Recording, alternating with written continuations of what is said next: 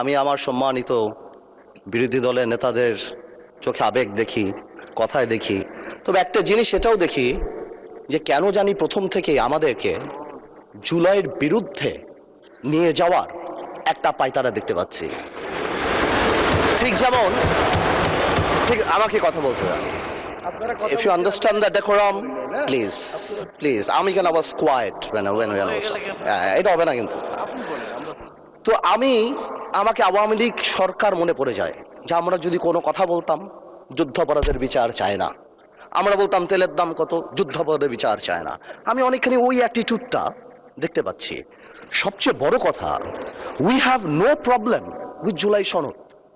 আমাদের প্রবলেম প্রক্রিয়া নিয়ে, আপনারা কোন প্রক্রিয়ায় করতে চাচ্ছেন, এবং আমরা আমাদের ডিসেন্ট, নোট অফ ডিসেন্ট আগে থেকেই দেওয়া।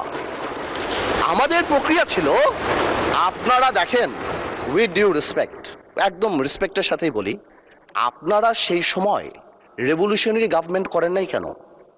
নর্মাল গভর্নমেন্টে গেলেন কেন? ট্রানজিশনাল রেভলিউশনারি গভর্নমেন্ট করতেন। লেটস রিরাইট দ্য কনস্টিটিউশন, ছিঁড়ে ফেলে দিতেন কনস্টিটিউশনকে।